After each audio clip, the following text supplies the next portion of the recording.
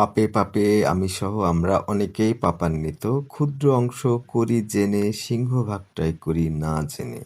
হতো না এমন যদি দর্শন টাইম মেশিন। একটু বুঝিয়ে বলি, এই যে আমরা সবসময় পাপ করি, এই পাপে পাপে আমরা পাপান্বিত। এখন প্রশ্ন হলো যে পাপ দুই প্রকার, একটা হলো জেনে পাপ করা আর একটা হলো না জেনে পাপ করা।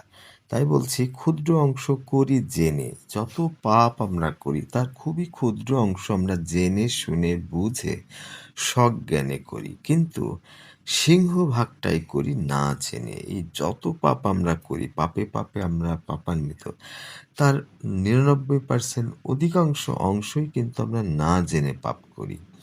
হতো না এমন যদি দর্শন টাইম মেশিন। টাইম মেশিন নিয়ে একটু কথা হলো যে বিজ্ঞান টাইম মেশিন তৈরি করতে পারবে না, এটা দর্শনের কাজ।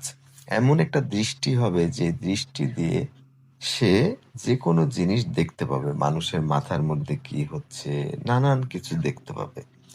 যেমন ইলেকশনের উপরে আমি একটা প্রেডিকশন করেছি, কবে ইলেকশন হবে, কারা জিতবে, সেটা আমি টাইম মেশিনকে ব্যবহার করেছি।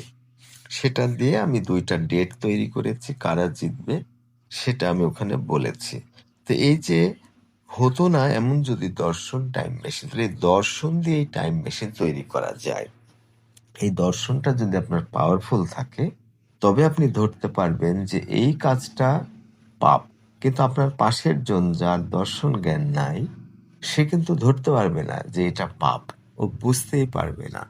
একটা হরিণকে বাঘ খাচ্ছে, জানে এটা কোনো পাপ না, এবং সত্যিই পাপ না, কারণ এটা অ্যানিম্যালদের ব্যাপার। বাঘের ক্ষেত্রে পাপের পুণ্যের হিসাব হবে না, কিন্তু মানুষের ক্ষেত্রে আমরা কথা দিয়ে, আচরণ দিয়ে, নানানভাবে কষ্ট দিই, অশান্তি করি, বিপদে ফেলি, নানান ধরনের সমস্যা করি। সেই জিনিসগুলো আমরা সাধারণত চোখে দেখতে পাই না।